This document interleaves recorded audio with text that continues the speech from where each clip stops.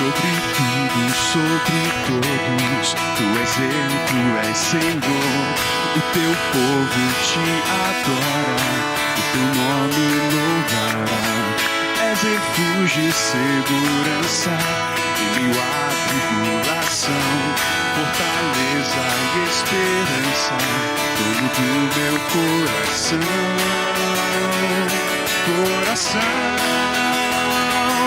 Soberano Deus, poderoso Deus, o meu coração transborda de amor.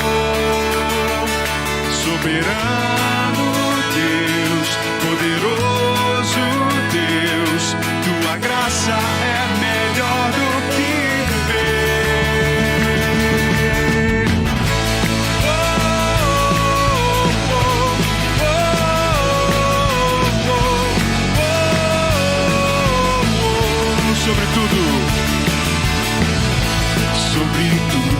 Sobre todos, tu és Rei, tu és Senhor.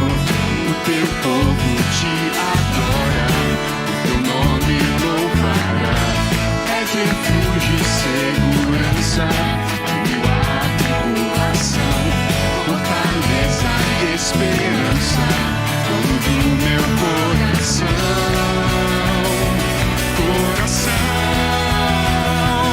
Soberano Deus, poderoso Deus, meu coração transborda de amor. Soberano Deus, poderoso Deus, tua graça é melhor do que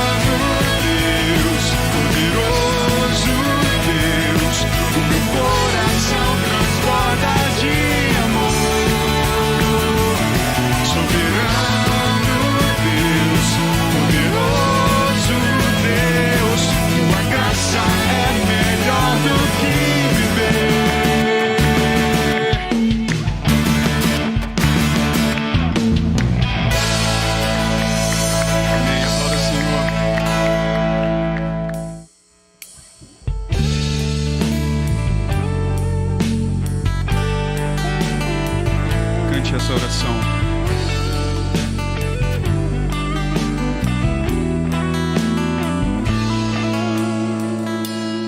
Eu não te busco por aquilo que tu podes me dar. Eu não te sirvo para ter algo de tuas mãos. O meu amor por ti é fruto do teu grande amor por mim e do alto preço que pagaste em meu lugar. Creio que pode acontecer o que espero de ti, porém se não acontecer, ainda assim te louvarei. Eu espero em ti, pois sei que és fiel, mas eu também sei que os teus caminhos são mais altos. Não importa quando, como ou se acontecerá, para sempre eu te servirei.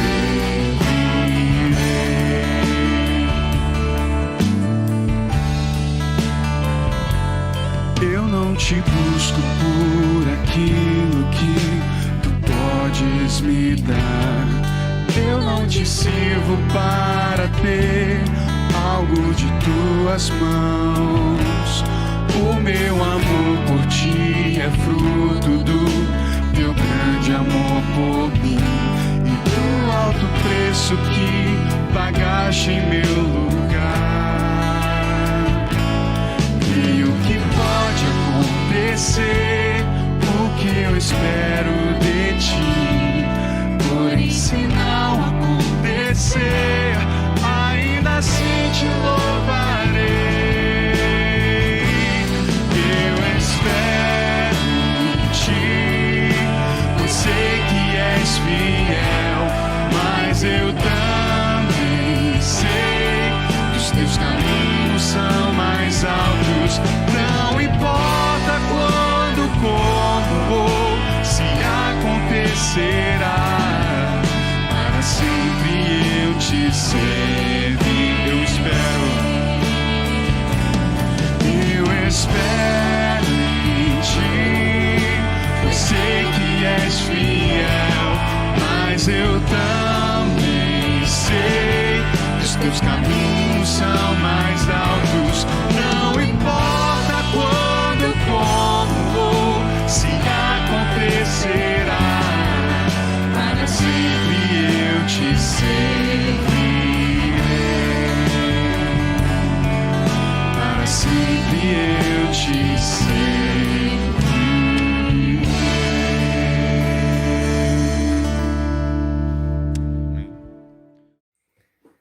Boa noite, irmãos. Nós estamos no capítulo 3 do livro Graça Futura. Estamos estudando esse livro no nosso culto de quarta-feira. E o capítulo 3 ele trata da fé na graça futura versus ansiedade. Então esse capítulo ele vai tratar um pouco ali sobre a ansiedade. O autor ele começa esse capítulo contando uma breve história ali da sua infância e juventude, né?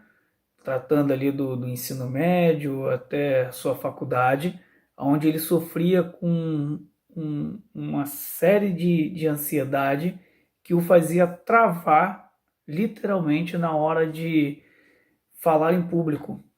E isso acarretou muitos problemas ali para o autor, né? Até que num momento onde ele vislumbrou a graça futura, no momento onde ele suplicou a Deus e ele começou a crer nas promessas da graça futura, ele teve a quebra desse problema que estava ali o acarretando nesse período de faculdade e de ensino médio. Então o autor, ele, como alguém que tem experiência no assunto, traz para a gente os ensinamentos bíblicos de como lidar com a ansiedade. E a primeira coisa que ele vai dizer é que a ansiedade é a condição do coração que dá origem a muitas outras atitudes mentais pecaminosas. A ansiedade ela vai dar origem a vários pensamentos pecaminosos.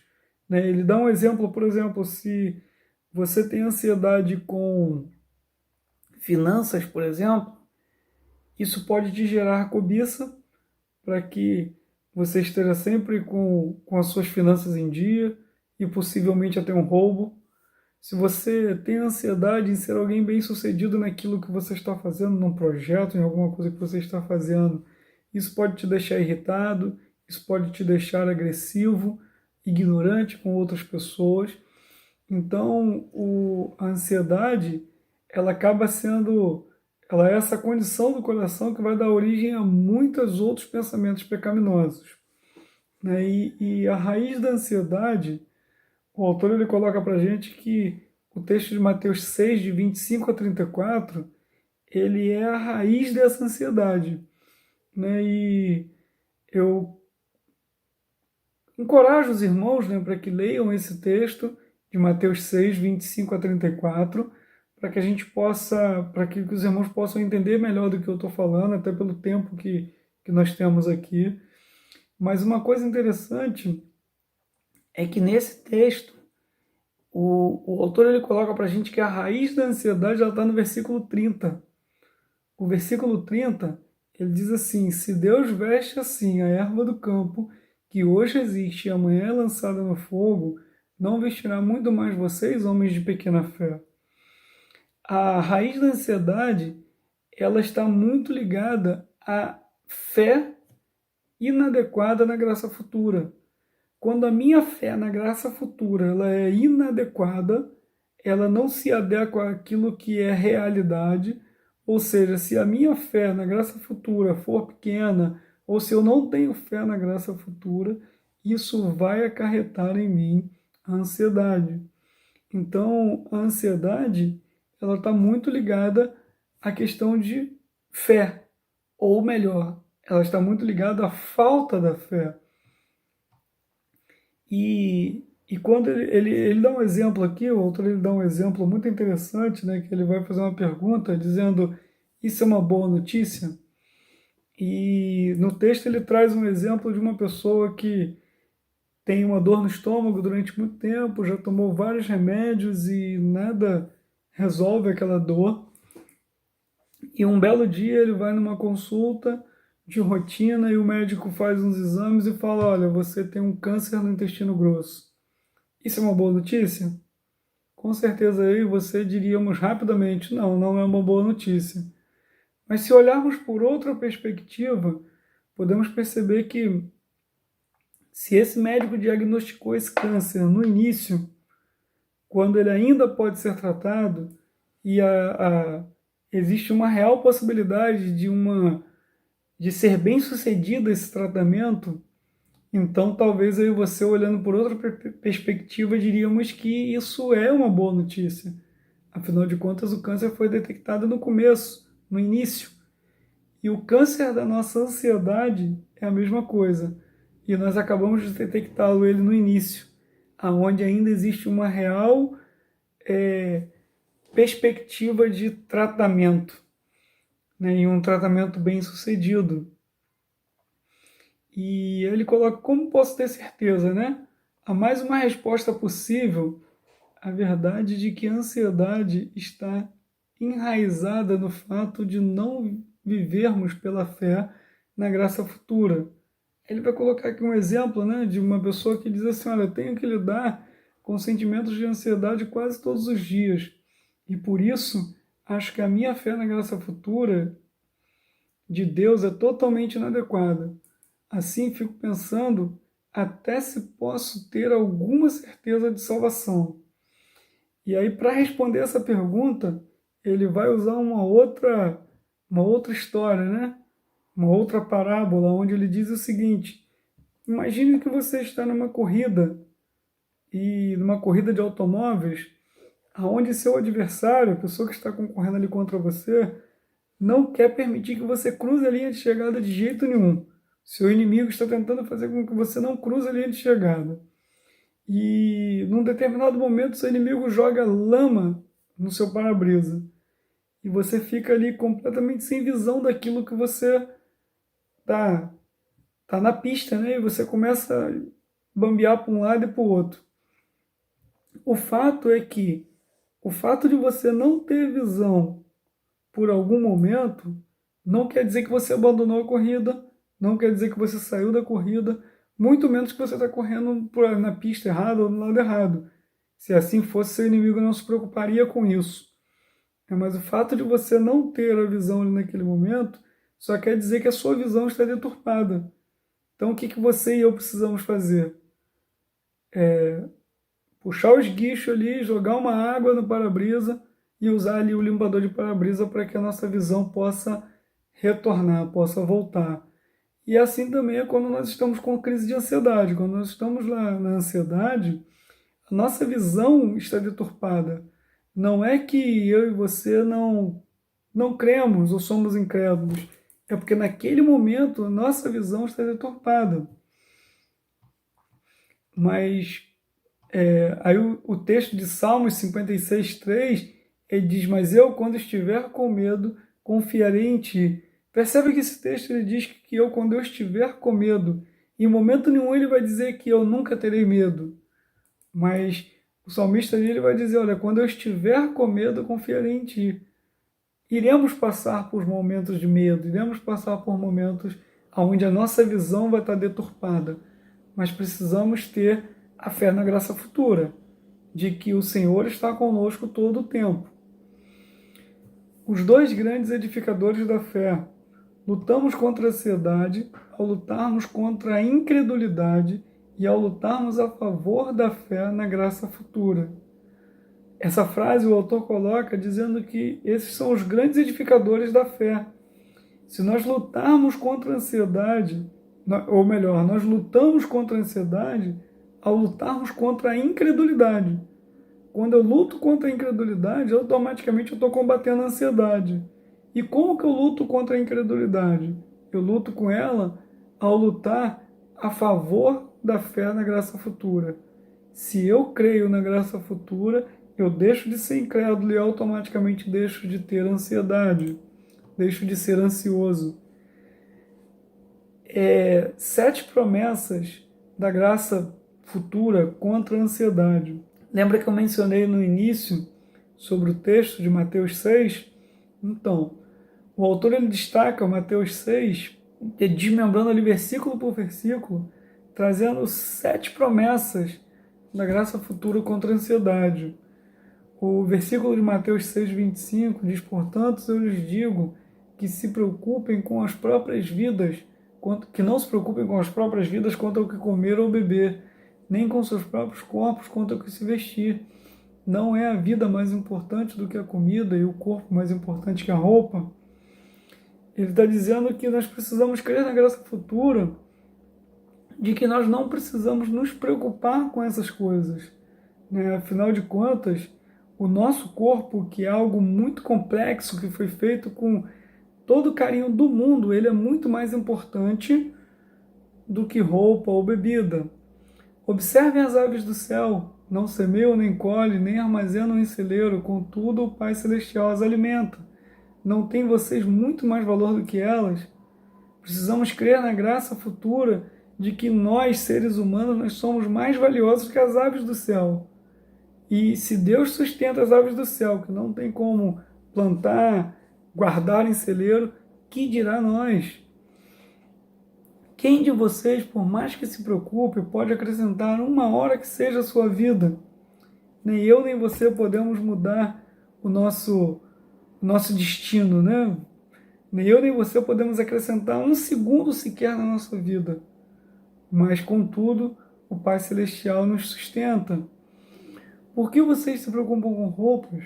Vejam como crescem os lírios do campo. Eles não trabalham nem tecem. Contudo, eu lhes digo que nem Salomão, em todo o seu esplendor, vestiu-se como um deles.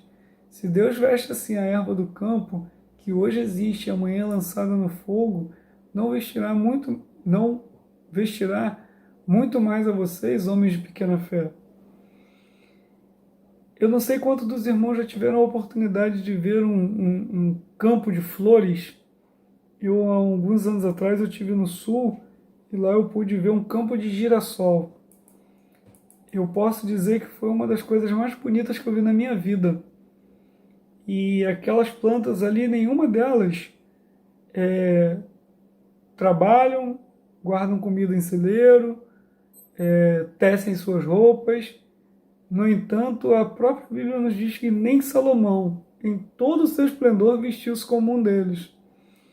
E se Deus cuida das ervas do campo, que hoje existem e amanhã são lançadas no fogo, que dirá de nós, filhos deles, feitos à imagem e semelhança de Deus? Portanto, não se preocupem dizendo que vamos comer, ou que vamos beber, ou que vamos vestir, pois os pagãos é que correm atrás dessas coisas, mas o Pai Celestial sabe que vocês precisam delas. Deus sabe da minha e da sua necessidade. E Ele tem interesse em cuidar dessas necessidades. Nós não precisamos ficar ansiosos por isso. Busquem, pois, em primeiro lugar o reino de Deus e a sua justiça, e todas essas coisas lhes serão acrescentadas. Precisamos buscar primeiro o reino de Deus e toda a justiça de Deus. E as outras coisas Deus vai acrescentando. Nós não precisamos nos preocupar com as outras coisas.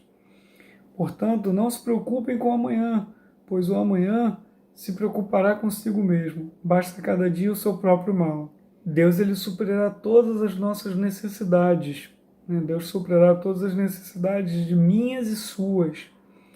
Não andem ansiosos por coisa alguma, mas em tudo pela oração e súplica, e com ação de graças, apresentem seus pedidos a Deus. Filipenses 4, 6. E no mesmo texto de Filipenses 4, no versículo 19, ele vai dizer: e o meu Deus suprirá todas as necessidades de vocês, de acordo com as suas gloriosas riquezas em Cristo Jesus. Essa é uma das promessas mais bonitas que tem na Bíblia, porque ela diz que Deus suprirá as nossas necessidades com as suas gloriosas riquezas. E isso é maravilhoso, porque nós sabemos que Deus é um Deus rico. Como nós ouvimos no domingo à noite na igreja, a igreja é o povo mais rico do mundo.